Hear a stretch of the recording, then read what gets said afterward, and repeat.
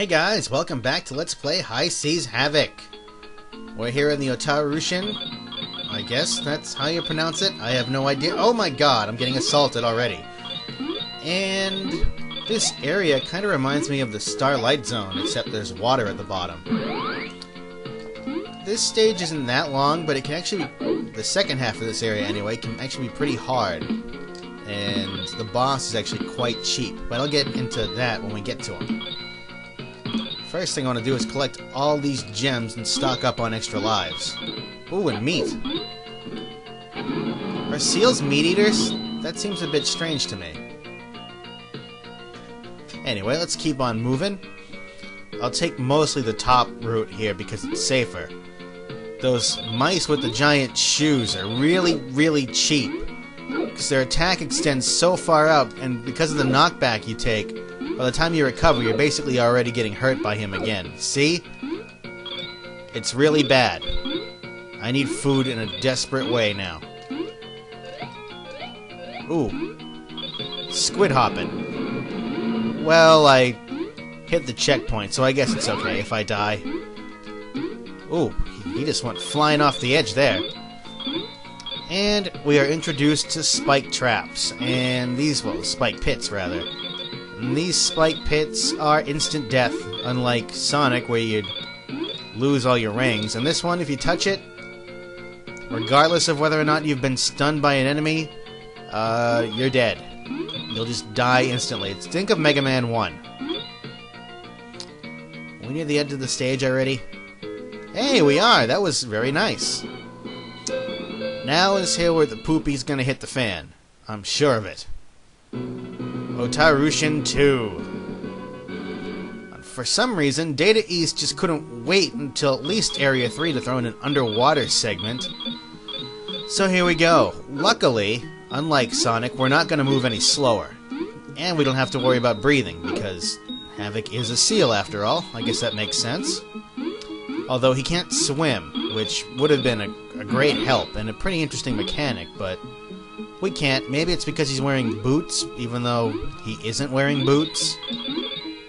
I mean, the boots are a power-up, but you never see him actually put them on. Now, those little spikes that come out of the ground there, those spears, those won't kill me instantly. I'll just take a little damage, and ooh, these sharks are annoying. Even if you hit them, they just dart across the screen, and they can still hurt you. And these are just out of place. These are like penguins that are floating on bubblegum? I don't know. Do pirates like bubblegum? I'm never going to get an answer to any of these questions. I don't really care about pirates anyway. It's just this game happens to be fun. That's why I'm playing it. It's challenging too. You'd think it would be kind of easy, considering the genre it's from and how it's a kid's game and how it's a knockoff of Sonic, which Sonic itself in the early days wasn't that hard. It's actually pretty easy. But this game manages to turn up the dial and make it really hard. And so far I'm surviving, but you'll see when it gets hard. I need food. Oh, there's a checkpoint. I'll take that, even if I die, and I just died. Yay, well, I knew I was going to die at least once, I guess, but I'll leave that in. Oh, jump over those. These clams, I hate these clams. Let's go.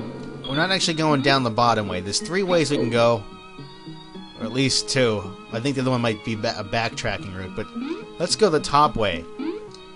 We have to avoid all these stupid penguins and the spikes right underneath all these platforms, and when Havoc gets hit, he gets knocked backwards, so he'd fall right in and get killed, and I'm surprised I survived that. There's also a ton of spikes down here, and wow, we're actually going to make it to the boss without getting destroyed by everything. And there's an invisible checkpoint here, or before all the bosses, I guess. And oh my god, it's a giant bulldog, I guess. And he looks way more intimidating than Bernardo does. Now this boss, despite the fact that his only attack is his face, really, and he can stomp on you, but none of his parts actually move besides his face, really, and I'm getting squashed. His fists are actually able to damage you just from being there. So you have to jump over them and into his face. And unfortunately, if you decide to jump and attack him and he jumps up, you're going to get hurt. It's a bit unfair. And it only takes him about 3 hits to kill you. But I realized that the key to beating this boss is to always lure him on the edge. When he's on the edge, even if you kick him and he decides to do his little hopping attack like this, crouch over here in the corner, he can't get you. As long as he's on the edge, though. If he's over any further than that, he'll probably stomp you. And what's up with the bubblegum? Again. I can't really see that being dangerous unless he has some really gross germs. And of course, he stuns you when he hits the ground. How he's able to hit the ground with that much of an impact, I'm not quite sure. I don't even know how he can jump that high. Mostly guys like that can't jump that high, can they?